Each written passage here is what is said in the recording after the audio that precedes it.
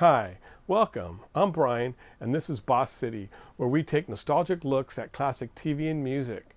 We're currently looking at my 30 favorite TV shows in 30 days. Today, we are featuring The Partridge Family, the 1970 series that ran for 4 seasons on ABC.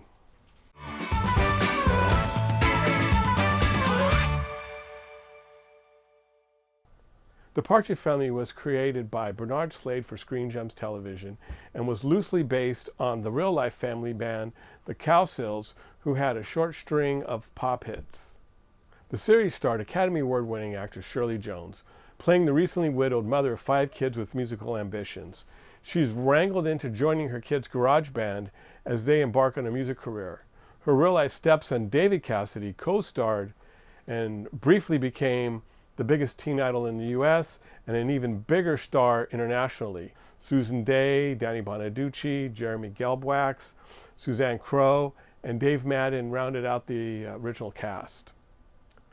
The first season storylines focused on issues concerning a family and show business, and those are the ones that I prefer. But in later seasons, the show became more of a standard family sitcom where at the end of each episode, the family would just happen to perform a song at a club. The series spawned 8 studio albums, 5 of which went gold.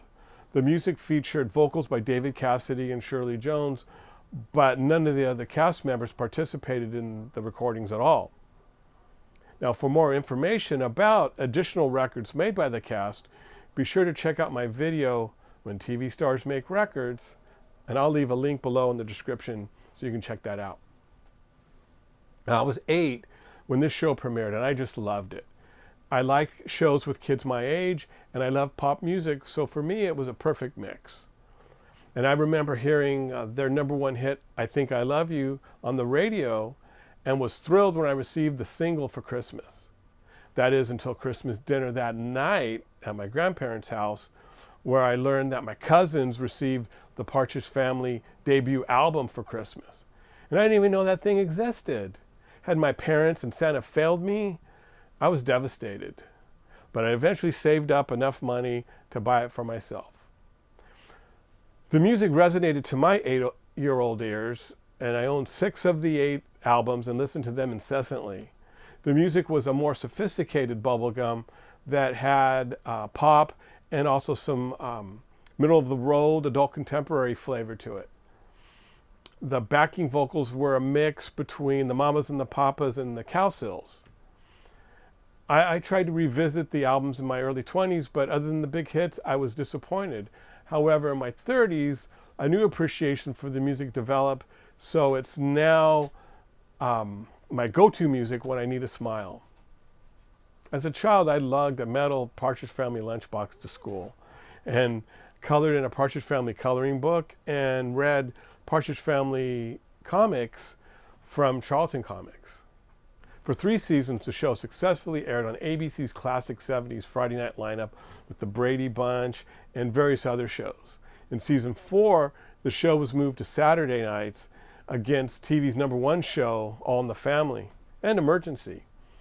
So after watching some of the lackluster season 4 episodes and the arrival of the singing neighbor kid, Ricky, we actually started watching Emergency instead.